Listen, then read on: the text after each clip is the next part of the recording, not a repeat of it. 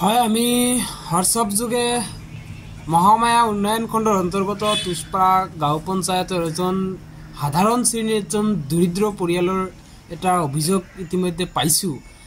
আৰু সেই অভিযোগটোত তেখেতে উত্থাপন কৰিছে যে তুষপাৰা গাঁও পঞ্চায়তৰ ৰুহুল কুদ্দুছ নামৰ এজন জিপি আছে। সেই ব্যক্তিজনে তেখেতৰ পৰা বহুবাৰ ঘৰ এটা নিৰ্মাণ কৰি দিয়াৰ নামত চেংচন কৰি দিয়াৰ নামত বিভিন্ন ধৰণৰ টকা পইচা কেইবাবাৰো লৈ সেই মানুহজনক জুৰুলা কৰি দি অৱশেষত সেইজন ব্যক্তিক জনাইছে যে আপোনাৰ ঘৰটো নহয়।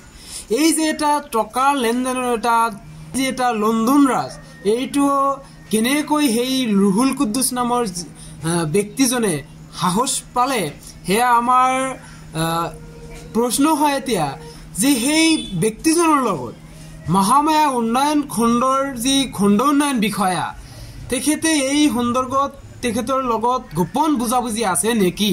যদিহে নাই, তেনেহ'লে এতিয়ালৈকে সেইজন ব্যক্তিৰ ওপৰত বিহিত ব্যৱস্থা লোৱা নহ'ল কিয়? আৰু কেনেকৈ সাহস কৰিলে যে সেইজন এজন সাধাৰণ দৰিদ্ৰ মানুহ, সেই সাধাৰণ দৰিদ্ৰ মানুহৰ পৰা এজন জিপিএছে টকা কেনেকৈ সংগ্ৰহ কৰিবলৈ সক্ষম হ'ল? এইটো এতিয়া ডাঙৰ এটা প্ৰশ্ন হৈ আছে। গতিকে আমি দাবী উত্থাপন কৰিছোঁ যে এই জিপিচি ৰুহুল কুদ্দুছ আৰু এই খণ্ড উন্নয়ন বিষয়া যিজন ব্যক্তি, এই ব্যক্তিৰ লগত কেনেধৰণৰ তেখেতৰ গোপন মিতালী আছে, ইয়াৰ ওপৰত এটা ইনভেষ্টিগেশ্যন হ'ব লাগে।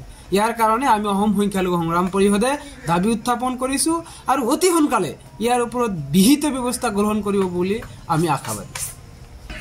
হয়, আমি দেখিবলৈ পাইছোঁ বাতৰি সম্প্ৰচাৰ হোৱাৰ পিছতো এইজন ব্যক্তিৰ ওপৰত কোনো বিহিত ব্যৱস্থা লোৱা নাই। ইয়াৰ সন্দৰ্ভত কি ক'ব?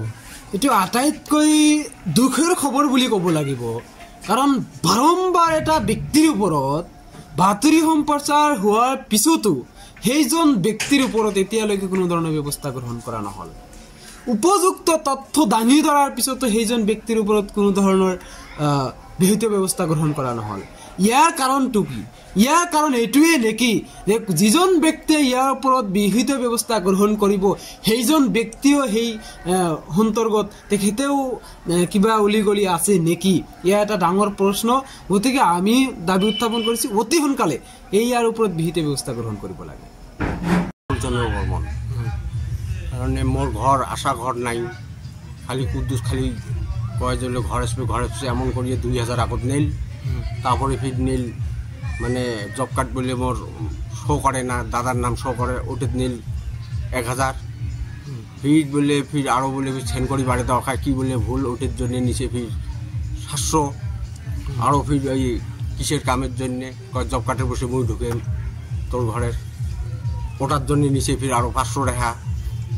এলা যদি কম পয়সা নিবির সময় কয় যে বলে কাম হয়ে গেছে তো 3 দিনও তো ঘর আসবে, এলা ছাগলের খাসি বেঁচে এক পয়সা দিয়ে আসলুম বাড়ির দেয়া, এলাও ঘর আসি আছে, এলা ফির কয় কায় জান আল্লাহ জানে কি যে হবে তোর, এটা অঙ্করি কয়।